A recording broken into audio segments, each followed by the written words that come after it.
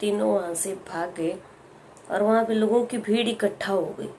लोग वहाँ पे आ रहे थे, जा रहे थे, लेकिन ये सब देख करके हैरान थे कि आखिर ये सब हुआ कैसे। जी हाँ दोस्तों, राधे राधे, आदाब, सत श्री अकाल, नमस्कार। आप सब लोगों का हमारी यूट्यूब चैनल पे बहुत ज़्यादा हार्दिक अभिनंदन है। बता दें कि हमारी यूट्यूब चैनल का नाम है डेली न्यू क्राइम स्टोरीज, जहाँ पे आपको क्राइम की कहानियाँ लगातार सुनने के लिए, देखने के लिए मिलती हैं। तो दोस्तों, आज की कहानी भी कुछ ऐसी है उत्तर प्रदेश की हाथरस की कहानी है कि अगर शादी के बाद जो है वो पत्नी का धर्म होता है कि अपने पति के अलावा वो किसी की ओर देखे भी नहीं। मतलब देखे भी नहीं का मतलब ये है कि अब उसके लिए उसका पति सबसे परमेश्वर होता है, और उसके शादी के बाद अगर वो किसी और के साथ प्रेम संबंध रखती है तो ये एक पाप माना जाता है। लेकिन जहाँ वहाँ पे एक पति क्या कर सकता है अगर पत्नी ऐसी हो। तो आज की कहानी में भी आपको कुछ ऐसा सुनने के लिए मिलेगा। तो चलिए शुरू करते हैं। उत्तर प्रदेश के हाथरस जिले में जो है वहाँ पे सदर कोतवाली पड़ती है। वहाँ पे कलवारी रोड है एक,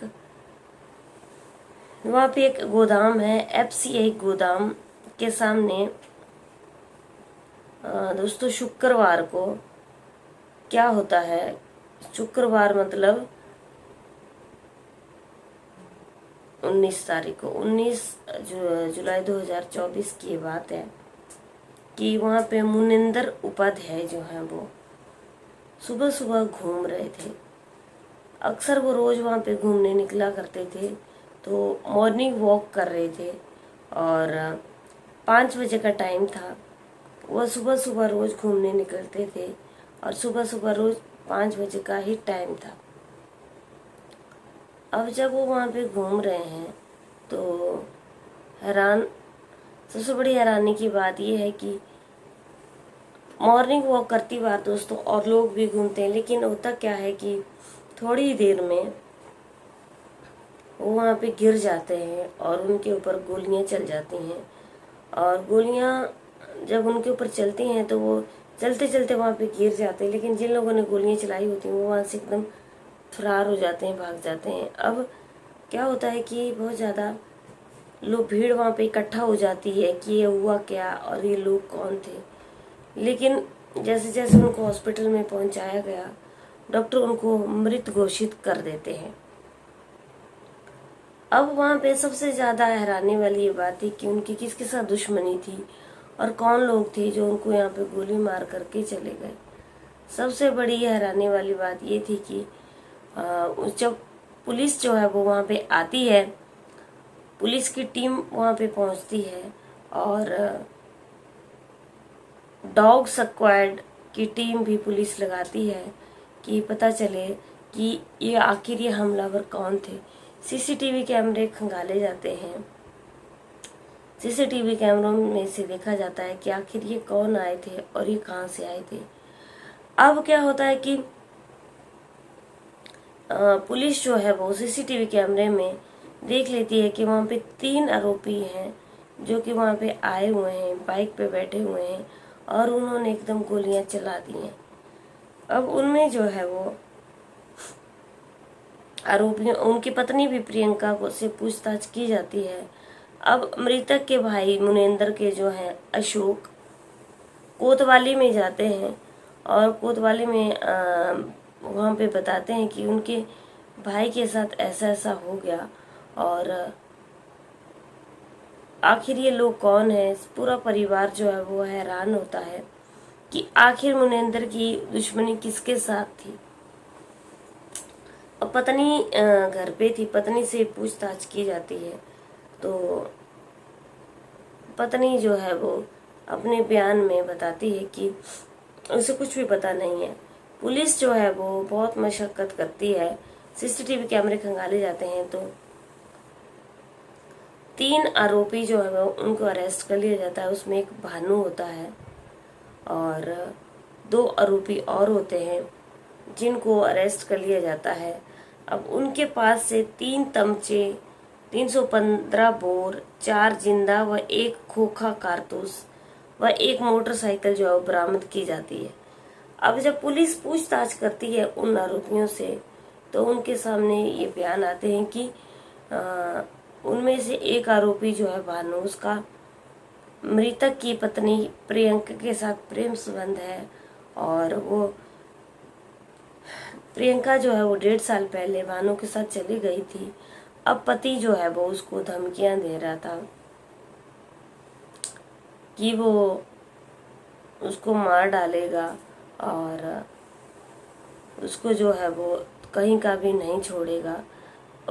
जब पति जो है वो उसको धमकी देने लगता है कि अब वो उसको मार डालेगा और आरोपी भानु को जो है वो जिंदा काट डालेगा। और प्रियंका से जब पूछताछ की जाती है तो प्रियंका बहुत खुलासे करती है। पहले तो प्रियंका साफ मना कर देती है, लेकिन पुलिस कस्टडी में जब इंसान कोई चला जाता है तो पुलिस जो है वो दोस्तों सच जो है वो आखिर में निकलवा ही लेती है।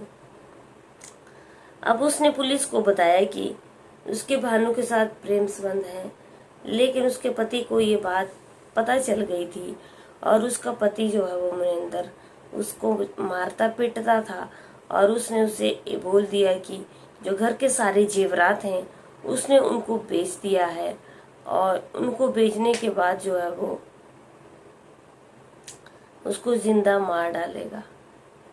अब आरोपी को जो है भानु को उसकी प्रेमिका प्रियंका ने ये सारी बात बता दी कि उसका पति जो है वो उसके खिलाफ साजिश रच चुका है और वो उसे जिंदा मार देगा।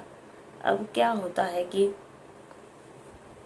जब राजीव को ये बात जब भानु को ये बात पता चलती है तो वो अपने 2 दोस्तों के साथ उसको मारने की पहली प्लानिंग बना लेता है, जिसमें उसके साथ उसके 2 दोस्त शामिल होते हैं।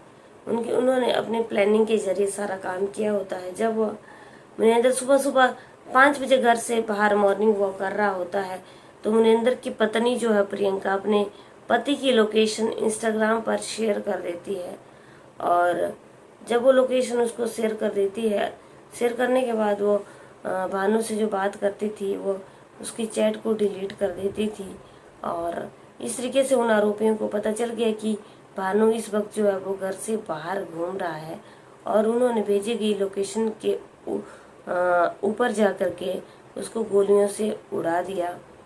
अब क्या होता है दोस्तों कि मरने वाला तो चला गया, लेकिन आरोपियों को पुलिस ने अरेस्ट कर लिया और उनकी पत्नी प्रियंका को भी। सारी पूछताछ करने के बाद सब लोग हैरान थे और जो उसका भाई है अशोक, उसने बताया कि हमें ये कुछ भी पता नहीं था कि हमारे भाई के साथ ये सारी चीजें होने वाली है। अब जो कुछ भी हुआ बहुत ही दुखदायी घटना थी। लोग जो हैं वो बहुत ज़्यादा हाथरस जिले के परेशान थे कि कभी ऐसा रिश्तों के ऊपर क्या भरोसा किया जाए कि सामने से जो है जो लड़की हमारे घर में आ रही है, शादी होने के बाद जो पत्नी घर में आ रही है उसका क्या भरोसा है कि वो हमारे घर के लड़के के साथ कुछ गलत नहीं करेगी। आज के ज़माने में दोस्तों किसी का कोई भी भरोसा नहीं रहा है, इसलिए बहुत सोच समझ करके अपने कदमों को आगे रखें। पति पत्नी का भी कोई भरोसा नहीं है और जो पति पत्नी आपस में अच्छे हैं, उनका एक के ऊपर दूसरे एक दूसरे के पूरा विश्वास है, उनके रिश्ते जो है वो बहुत लंबे समय तक टिके रहते हैं। लेकिन जहाँ पर ये प्रेम संबंध दूसरों के साथ चल जाते हैं वहाँ पे जो है वो पति पत्नी में से एक को जो है वो या तो पत्नी मार देती है या पति पत्नी को मार देता है। इसलिए कभी भी गलत कदम ना उठाएं अपनी जिंदगी में। जो बातें हो गई हैं पीछे वो खत्म कर दी, लेकिन शादी के बाद अपनी जिंदगी की एक नई शुरुआत करनी चाहिए। अब जिनके घर से बेचारा उनका बेटा चला गया मुनिंदर उपाध्याय, उनके घर वालों के ऊपर क्या बीत रही होगी। जो कुछ भी हुआ वो दुखदाई घटना घटी दोस्तों। उम्मीद करती हूँ कि आप लोगों को हमारी कहानी अच्छी लगी लाइक शेयर कमेंट जरूर करना। चैनल पर पहली बार आए हो तो सब्सक्राइब करके बेल आइकन को जरूर दबाना ताकि आपके पास मेरी हर वीडियो की नोटिफिकेशन आ सके। दोस्तों चलते हैं, कल की वीडियो में फिर से मिलते हैं आपसे। अगर हमसे कोई भूल हुई होगी तो हमें माफ़ कर देना। मेरा ये कहानी सुनाने का उद्देश्य सिर्फ आप लोगों को सतर्क करना है, जागरूक करना है। चलिए कल की वीडियो में फिर से मिलते हैं, तब तक के लिए जय हिंद, जय भारत।